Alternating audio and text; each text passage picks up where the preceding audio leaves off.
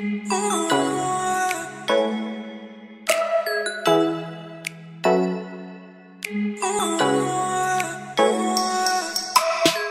of you may know, I love being organized, neat, and even a bit minimalist. I decided to downsize from this larger arrangement into a much smaller one.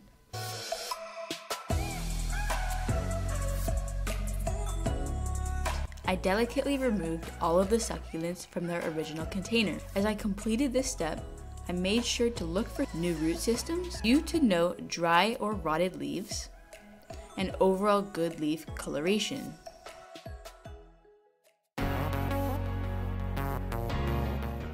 I knew which succulents I wanted to transfer to my primary arrangement. I had to use the cute, soft, and hairy succulent that was among the healthiest of all.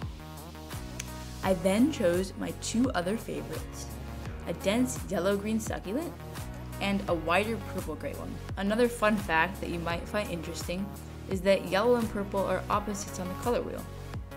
I then determined which to include in the second. Succulent with the pink leaves obviously has many fallen leaves, and it has not grown any new roots in the past few months. The bluish-green succulent was just not taking to the soil. Therefore, it started to wilt and dry out. At this point, I gathered a shovelful of soil to include as my main substrate. I have found that an excellent soil is Sloat Garden's potting soil. It stays moist and seems to work pretty well all around. If you want to learn more about Sloat Garden Center, I will leave a link in the description for you to check out. I now scoop the soil into my petite container.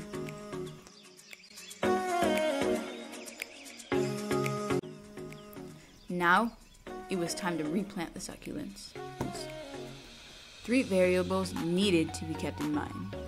1, ensure that the succulents are equally spread out for the best root growth. And number 2, plant all of the roots beneath the soil. And 3, untangle some of the remaining dirt from the root systems of the succulents before replanting them.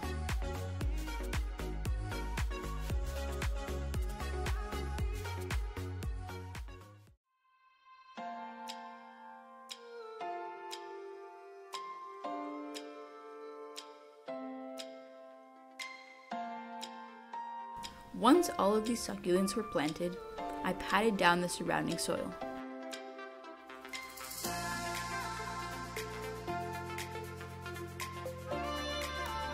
Now, it was time to add my unique touch. In my previous arrangements, I had the succulents placed on the upper tier and moss, rocks, and bark on the bottom tier surrounding the inner jar. I wanted to replicate these aspects that I loved, but on a much smaller scale. To do this, I removed the now plantless inner jar and picked out the best of the moss.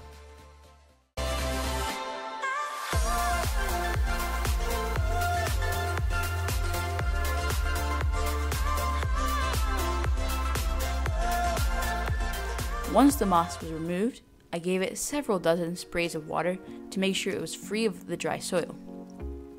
This would also make the placement of the moss easier because I would be able to tear it into smaller segments and manipulate it into an ideal shape.